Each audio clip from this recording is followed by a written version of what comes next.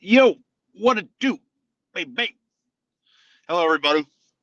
Welcome to In My Car. I am Sean Starr. Good to be with you. And we've got lots to get to today in what is a little secret, quiet, great time to be a sports fan. I mean, what a jam packed day we have going on this Wednesday, right? You've got Laval Rocket into the Springfield Thunderbirds going into game 7 at 7 o'clock. You can watch that game on RDS. The Chicago Wolves punch their ticket on the western side of the AHL playoffs. So Chicago sitting in wait for the winner of Springfield Laval. Look, I mean, the Rocket have been full value. Caden Primo has been brilliant in this series. He's 4-0 off a loss, looking every bit like the goaltending prospect a lot of fans in this market thought they had once the Montreal Canadiens put a claim in on Caden Primo. The special teams for Jean-Francois Houle's Laval Rocket have been superb. Springfield and the Thunderbirds are 0 for 29 with the man advantage in the AHL playoffs going into Game 7.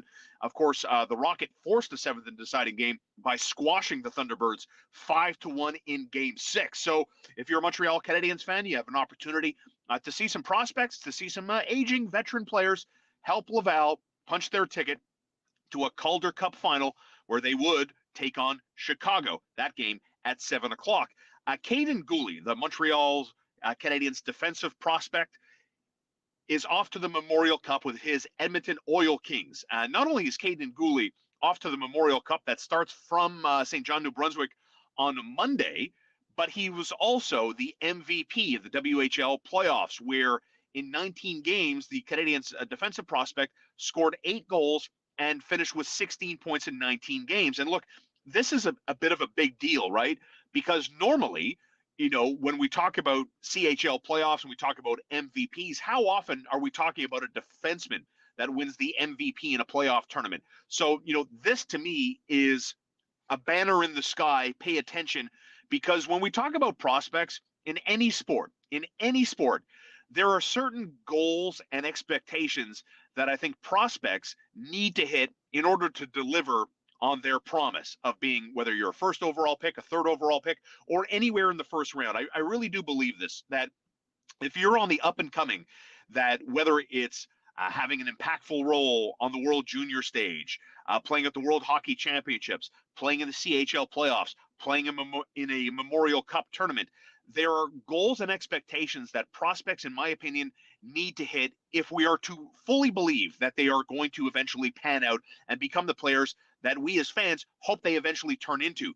And for me, Caden Guhle being named an MVP of a WHL playoff run is a massive goal, is a massive, I don't want to say red flag, but whatever the opposite of a red flag is, this is a banner achievement for Caden Guhle, that more often than not, that level of reward, that level of acknowledgement goes to a forward, right? I mean, you score a big overtime goal, you gobble up a bunch of minutes, you play a number one center role, you play a first wave on the power play. All of this stuff is at the tip of your nose. You see it. You pay attention to hockey. It's obvious.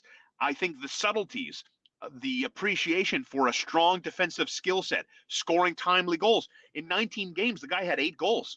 I mean, that's not nothing coming from a defensive prospect.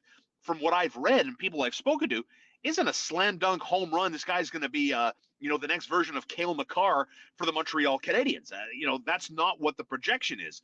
So to see Caden Guhle hit this mark and to help guide his team to a Memorial Cup is exactly what you want to see from a guy who was chosen in the first round by the Montreal Canadiens. So what does that mean in terms of NHL success, whether it's in October or somewhere down the line? It's an interesting question. I've seen people raise this already in the aftermath of Guhle and what he's helped do with the Edmonton Oil Kings now that they're off to the Memorial Cup. For me, there isn't anything Caden Guhle can do once he gets his invite to camp, laces him up, and gets out there on the ice. And once camp breaks, there isn't anything Caden can do that is going to have me sitting here in my car talking to you and telling you why I believe it would be a mistake for this organization to not see Caden Guhle break camp as a Montreal Canadien. Full stop. Too young. He isn't NHL mature in terms of his body and his physical presence yet. And that isn't even the most important point or points. You know what the most important point for me is when it comes to Caden Guhle? And it has nothing to do with the organization's lack of sustained success in developing players from once they were drafted until they get graduated to the NHL. We know they have a bad track record, terrible track record. And it has nothing to do with my decision about Caden Guhle.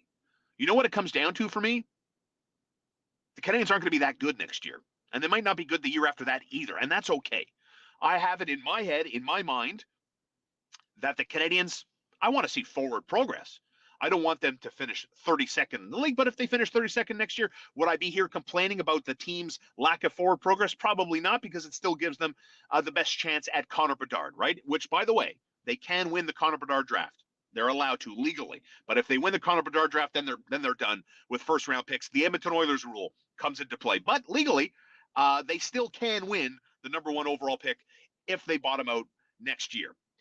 But I want to see forward progress. I want to see movement in the forward direction. And if we share the same opinion here about what we think this team is going to look like next season, then let Caden Guhle develop at his tempo with proper instruction, without the pressures of living up to being a first-round draft selection, without the pressures of being a young kid breaking camp in his first NHL training camp and making the show right out of camp. Like, all of that stuff is taxing mentally. I do believe that. And look, I mean, the Montreal Canadiens, it's not like they're littered with veteran presence on the back end, right? Like, Shea Weber's done. We're not going to see Shea Weber ever play again for the Montreal Canadiens. I do believe that Jeff Petry's days are over, even though it's officially not official yet. But I don't think Jeff Petry's going to be here next year. What about Alexander Romanov? Is this someone you look at and say, oh, he's ready to take on a mentor role and show a young Caden Guhle the ropes and how to transition from being a non-NHL player to now being an NHL player? Like, what? No. Jordan Harris, he's not there. Joel Edmondson, okay, yeah, there's a future captain maybe. I hear a lot of people tell me that Joel Edmondson should be the next Canadiens captain. I disagree. I would give it to Nick Suzuki, but that's not what we're here to talk about. We're here to talk about insulating players, developing players, so that once they're ready, once you determine within your organization that this player is now officially ready to go, man, there should be no doubt. There should be no doubt whatsoever in Caden Guhle being graduated and promoted from Laval ultimately to the show. So that's kind of where I'm at with this. It's all about expectations. It's all about managing those expectations, and it's all about forward progress. And you're seeing guys that were drafted hit marks that we expect them to hit. And that is nothing but great news. So we're going to be paying attention to what's going on with Caden Guhle and the Edmonton Oil Kings as they're off to the Memorial Cup. The Shawinigan Cataracts coming out of the Quebec Major Junior Hockey League. And of course, St. John, the Sea Dogs, as the host, get their auto berth into the Memorial Cup, which is always a fun tournament. 9 days or so, in and out, quick hitter, great hockey, high tempo, good physicality, lots of fun. One of my favorite hockey tournaments to watch. And we'll be paying attention to some of the Canadiens prospects at this tournament. And the Stanley Cup final, my friends, finally gets going tonight at 8 o'clock. Interesting to see what's going to happen here. The long layoff, obviously, for what's taken place with Colorado sweeping Edmonton and Tampa needing to go 6 games in their Eastern Conference final series with the New York Rangers.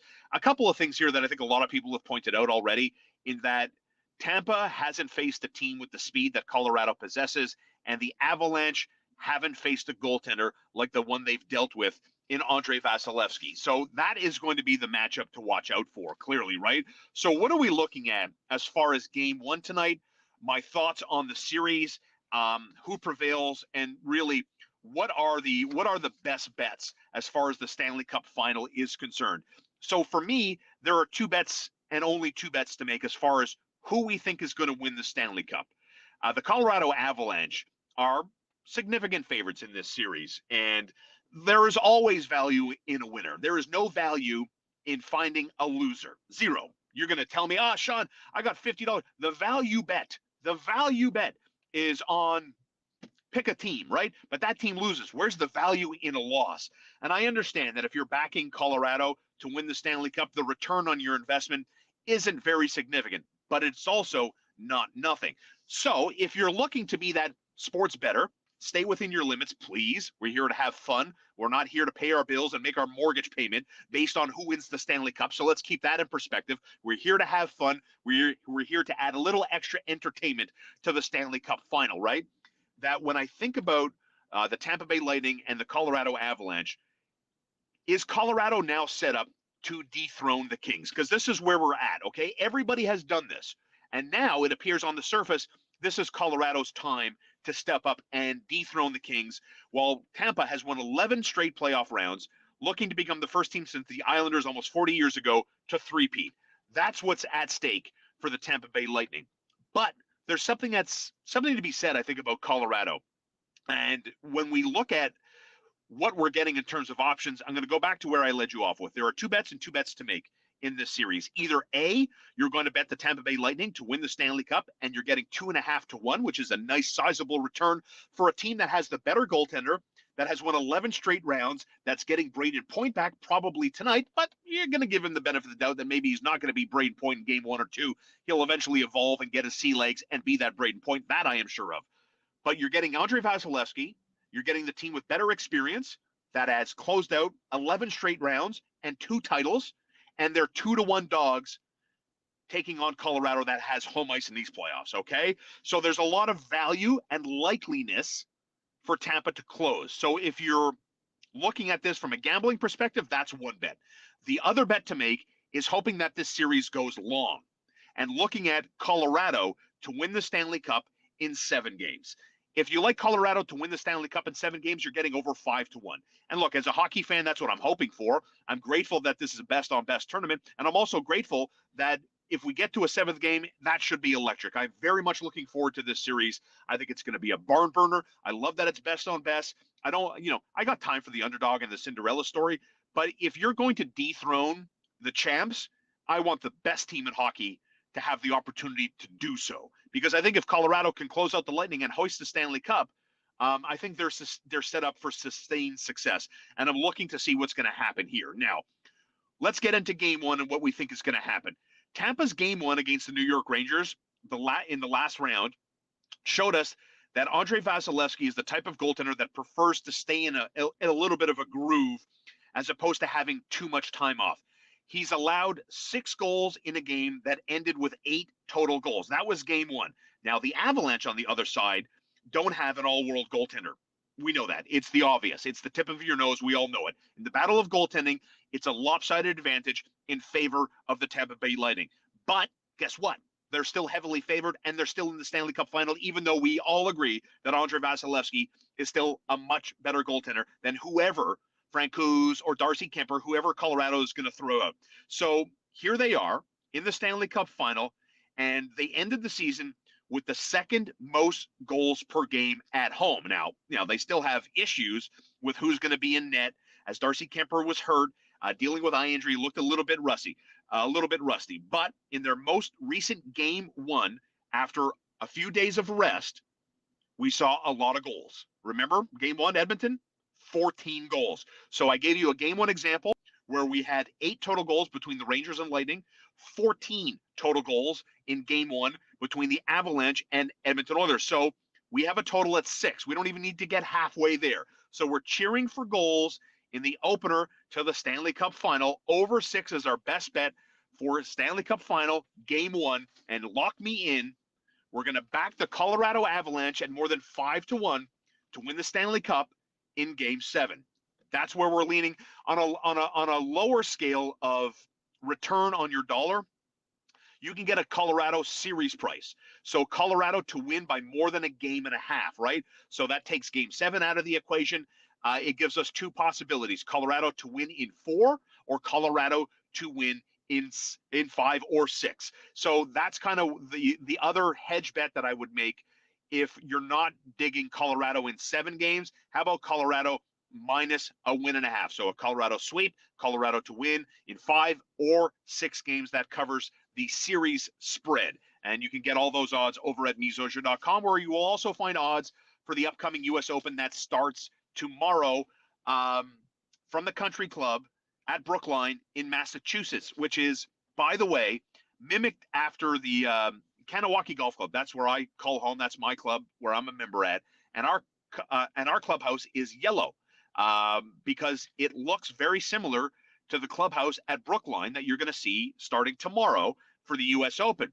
The Greatest Game Ever Played, starring Shia LaBeouf, was filmed at the Kanawaki Golf Club. Francis Ouimet, who won the U.S. Open, I'm going to say in 1913. Here's a fun fact about the U.S. Open. I think in its first 20 years, you didn't need to do anything other than show up and say, I want to play in the U.S. Open, and they let you in, and that's how you got to play.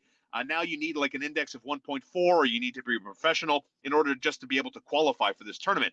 But Francis Ouimet won the U.S. Open, I'm going to say in 1913, and it's an incredible story, so much so that they made a movie about this guy's life and his U.S. Open win, and that movie was filmed at the Kanawaki Golf Club. And what's cool about that is our clubhouse was painted white before Disney rolled up to film the greatest game ever played. So they painted the clubhouse yellow because it's supposed to be Brookline.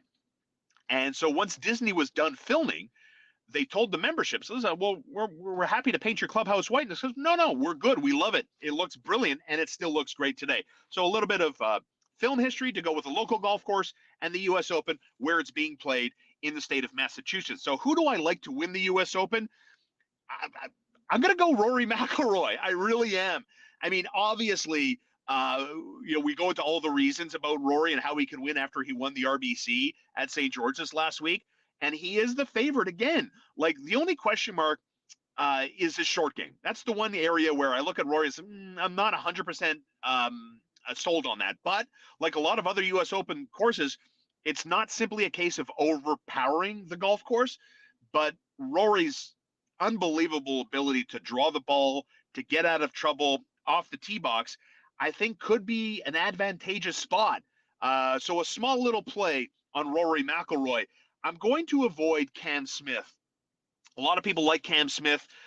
Great player, is always kind of around in major championships, hasn't closed one out yet. He won the Player, so people look at him a little bit differently. But here's the thing.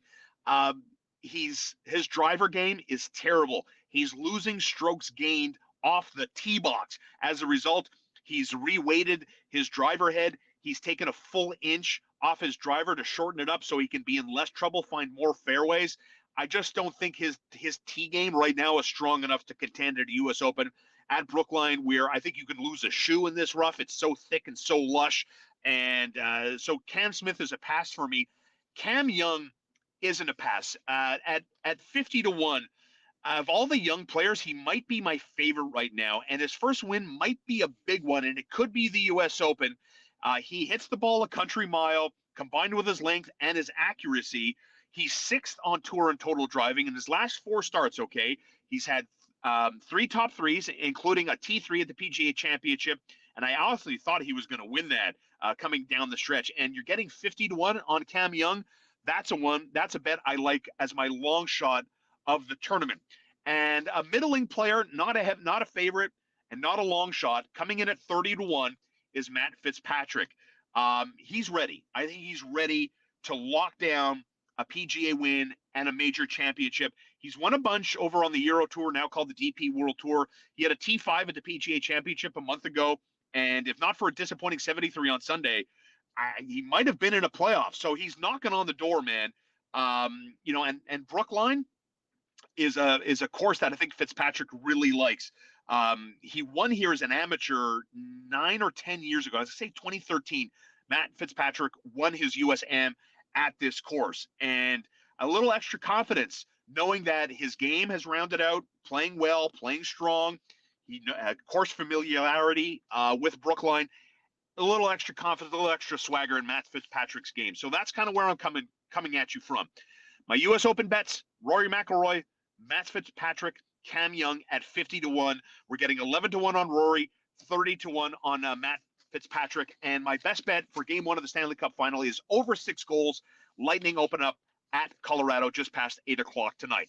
In the Car with Star, brought to you as always by K-Stop Gas Bar and Depanneur, Highway 138 in Ganawage, family owned and operated.